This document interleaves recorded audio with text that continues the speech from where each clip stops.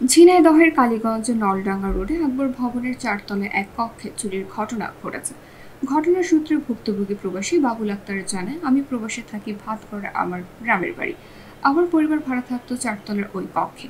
আমি আজ 15 দিন হলো দেশে ফিরেছি। বিদেশ থেকে আনা 4 ভরি গহনা ওই কক্ষে রেখে আমার পরিবার নিয়ে গ্রামের বাড়ি ভাতগড়ায় বেড়াতে যাই।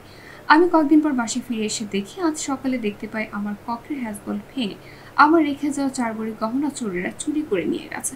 থানায় অভিযোগ করার কথা জানতে চাইলে তিনি বলেন, এখনো থানায় কোনো অভিযোগ করা হয়নি, তবে কিছুক্ষণ পরে থানায় অভিযোগ করব। বাবুল আক্তার ভাতগড়া গ্রামের আমির আলী মণ্ডলের ছেলে। বাসায় তো আমি থাকি না, আমি গ্রামের বাড়িতে আছি আজ কয়েকদিন। আপনার নাম কি বলেন? আপনার নাম? বাবুল আক্তার। বাসা গ্রামের বাসা ভাতগড়া। বাবার নাম কি? মোহাম্মদ আমির আলী মণ্ডল। আচ্ছা, কি ঘটনা ঘটেছে বলেন? ঘটনা, আমি বাইরে থাকি, কুয়েত থাকি, আসছি আজ 10 দিন।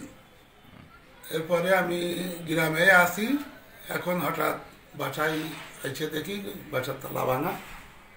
আমার 4 ভরি মতো গহনাগাটি নিয়ে গেছে, অন্য কোনো জিনিস নিয়ে যায়। আজ 10 দিন মতন গ্রামের বাড়িতে আসি। সকালবেলা আমার ছেলে প্রাইভেট পড়ে আসলো, আমি ও বলছে যে আবু পাঞ্জাবিটা টুপিটা নিয়ে আসি, নামাজ পড়তে আছে, তা আপনি দোকানে বসেন, আমি নিয়ে আসি। ও ঘুরে দিয়ে বলছে আবু বাসায় চুরি গেছে, তালা ভাঙা। এরপরে যাই এসে দেখছি এই অবস্থা আপনারা দেখছেন।